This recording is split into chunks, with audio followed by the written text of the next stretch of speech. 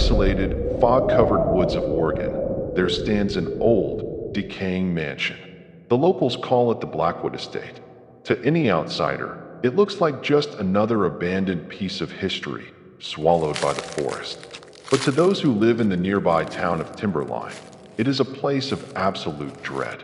The elders tell the young never to look at its upper windows after sunset, and under no circumstances should anyone step past its rusting iron gates. They say time doesn't work right within those walls. Some who ventured inside came out with empty, hollow eyes, completely stripped of their sanity, and some simply vanished into the shadows, never to be seen again. It was the freezing winter of 2018. A local thief named Leo was looking for his next big score.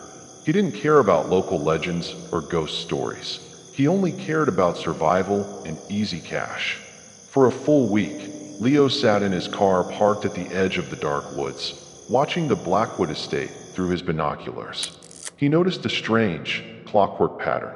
Every single night, at exactly 7 p.m., a warm yellow light would turn on in the master bedroom on the second floor. A few minutes later, he would see the silhouettes of an elderly woman and her 2 young daughters walking slowly through the overgrown backyard garden, carrying vintage oil lanterns. They never spoke. They never looked towards the road. They just walked in silent circles before heading back inside. Leo knew the history of the house. It belonged to a wealthy family who kept to themselves. He figured they were hoarding old money, jewelry, and antiques. To Leo, an old woman and 2 girls were the perfect, defenseless targets. He decided tonight was the night. Under the cover of a sudden, torrential downpour, Leo made his move. He slipped through the iron gates and approached the back of the mansion. With a professional twist of his lockpicks, the old wooden door gave way with a long, agonizing creak. Stepping inside, Leo immediately pulled out his flashlight, casting a thin beam of light across the room. The ground floor was a stark contrast to what he expected. It wasn't just messy, it was completely abandoned. Thick layers of dust covered the floorboards, untouched for years. There was no furniture, no television, no signs of life whatsoever. Cobwebs hung like curtains from the ceiling. Disappointed and confused, Leo muttered to himself, "But I just saw the lights. They have to be upstairs." He slowly climbed the grand wooden staircase. With every step he took, the air grew heavier, turning freezing cold.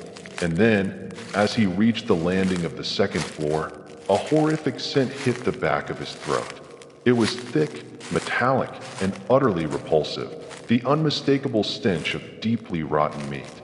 Gagging, Leo covered his mouth with his jacket and followed the smell down the long, narrow hallway. The smell was leaking from beneath the master bedroom door. Leo's heart hammered against his ribs. He pushed the door open. The beam of his flashlight cut through the darkness and landed directly on the grand king-sized bed. Leo gasped, dropping his flashlight to the floor. Under the pale moonlight shining through the window lay 3 decomposing bodies. It was the old woman and her 2 daughters. Their skin was completely black, bloated, and peeling away. Flies buzzed heavily around the bed. They looked like they had been rotting in that room for months. Terrified, Leo stumbled backward, falling down the stairs, and ran screaming into the rainy night. He didn't stop running until he reached the town police station. When the detectives first heard Leo's frantic story, they didn't believe him. They thought he was a drug addict or a thief trying to conjure up a wild story to cover up a murder. But the sheer panic in Leo's eyes forced them to investigate. The next morning, the police raided the Blackwood Estate. What they found inside matched Leo's description perfectly, but the real horror was delivered 3 days later when the forensic report arrived at the sheriff's desk. The medical examiner confirmed that all 3 family members had died from ingesting a highly toxic substance. But the terrifying detail was the timeline. The bodies had been dead and rotting on that bed for at least 6 months. The entire police department fell into a stunned silence. The timeline made absolutely no sense. If the women had been dead for 6 months, who had Leo been watching through his binoculars for the past week? The local sheriff began questioning the neighbors who lived on the edge of the woods.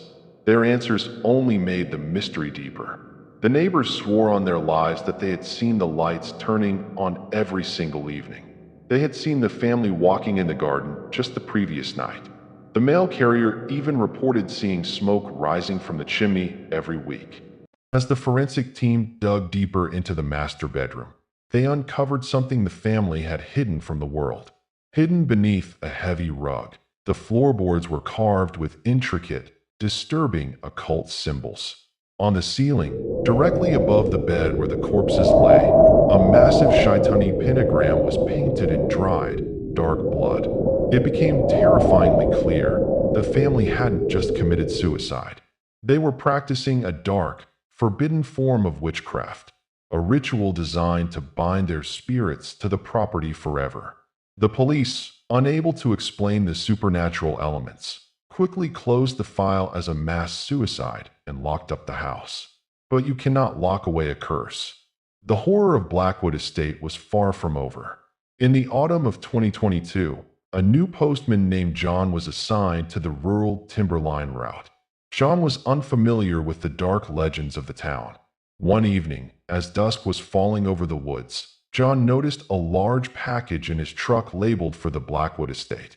As he drove up the winding, unpaved road, he saw warm, welcoming lights glowing from the mansion's windows. Assuming a new family had finally moved into the historic home, John smiled, grabbed the box, and walked up to the front porch.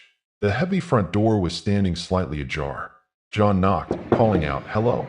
Mail delivery." No one answered, but he could hear the faint, echoing sound of children laughing from inside. Thinking it was safe, John stepped across the threshold.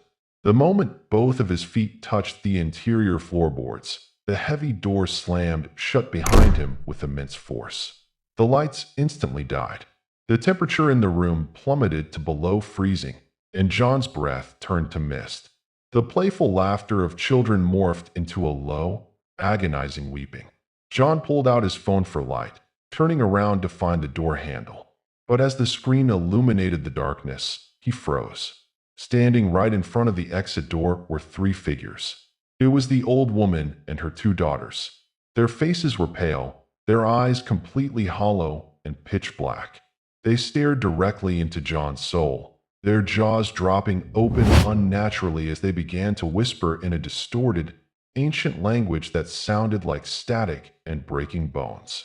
The next morning, John's mail truck was found abandoned on the driveway.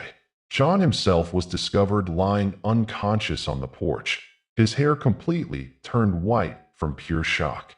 John survived that night, but his mind did not. The terror of what he saw completely shattered his sanity.